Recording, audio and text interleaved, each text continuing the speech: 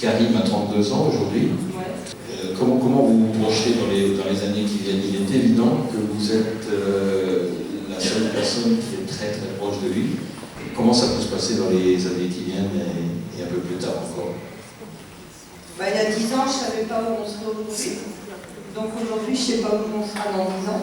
J'essaye d'inventer au jour le jour. Dès que je vois que quelque chose est possible, j'essaye d'explorer ces pistes. Après, il faut rêver, il faut inventer. Quand on a préparé ce moment ensemble il y a 48 heures, vous m'avez dit aussi qu'en public, comme ça, Karim est volontiers capot. Il a le sens du spectacle, il a le sens de sa mise en scène. De sa mise en scène. Vous l'avez vu dans le film, à oui, la fin. De sa mise en scène personnelle. Est-ce qu'il est aussi capot dans la rue, etc., quand il dialogue avec les gens? Parce que bon, on l'a vu. Oui, tu parles aux gens. Tu dialogues, tu parles aux gens. Tu parles aux gens. Dans la rue, tu parles aux gens. Il y a 10 ans, il y avait à peu près que moi qui le comprenais. Et il acquiert du vocabulaire, c'est-à-dire que la dernière fois, il est venu, il dit je suis magnanime.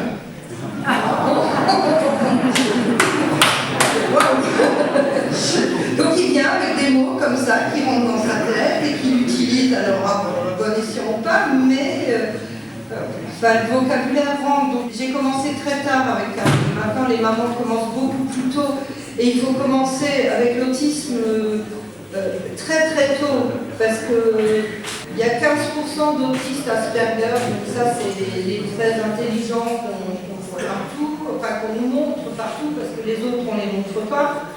Il y a 15% de déficients et entre les deux il y a 70% d'autistes qui ont une intelligence normale. Sauf qu'à ceux-là, on ne leur donne pas la chance de développer leur intelligence normale. Donc c'est aussi ça, l'inclusion. C'est pas un troupeau de personnes handicapées qu'on emmène quelque part au cinéma. L'inclusion, c'est une personne handicapée qui se promène avec des copains et qui va au cinéma. C'est pas du tout la même chose.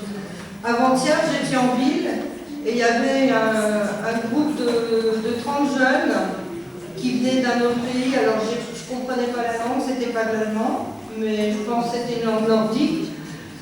Ils étaient 30, il y en avait un en fauteuil roulant. Je me dis tiens, c'est sympa. Et puis finalement, en regardant bien, il y avait un trisomique avec. Il y avait, et puis deux autres handicapés, mais c'était une bande de copains. Et l'inclusion, c'est ça. On est une société où, en France, on ne voit pas les handicapés, qu'ils soient autistes, qu'ils soient trisomiques, on ne les voit pas dans la rue. En fait, on est une société où il y a plein de gens qui ont une différence et on ne les voit jamais. Quand vous regardez sur Internet dans d'autres pays, même des trisomiques, vous avez une personne trisomique qui passe son bac en France, c'est inenvisageable. Une personne, je crois que c'est en Argentine, une personne trisomique qui est institutrice, c'est inenvisageable. Alors, les personnes autistes, effectivement, il y a des Asperger, ils ont énormément de mal à trouver du travail, alors qu'ils ont des capacités énormes. On ne se rend pas du tout compte.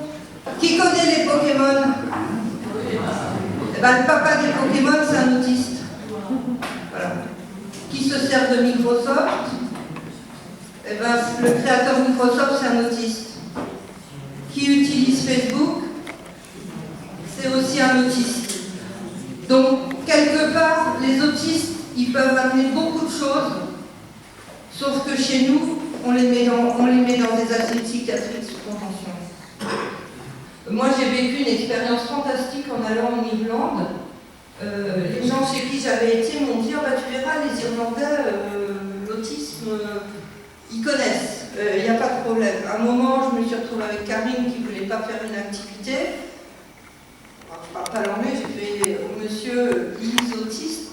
Ah, ok, il a pris Karim, et puis les gens dans la rue vous disent qu'est-ce que je peux faire pour vous aider quand votre enfant fait une crise. Ils ne sont pas en train, comme chez nous, de dire elle ne sait pas s'occuper de son enfant. Donc, je pense que la société inclusive, c'est quelque chose de fabuleux. Et après, ça ouvre aussi les portes à toutes les différences.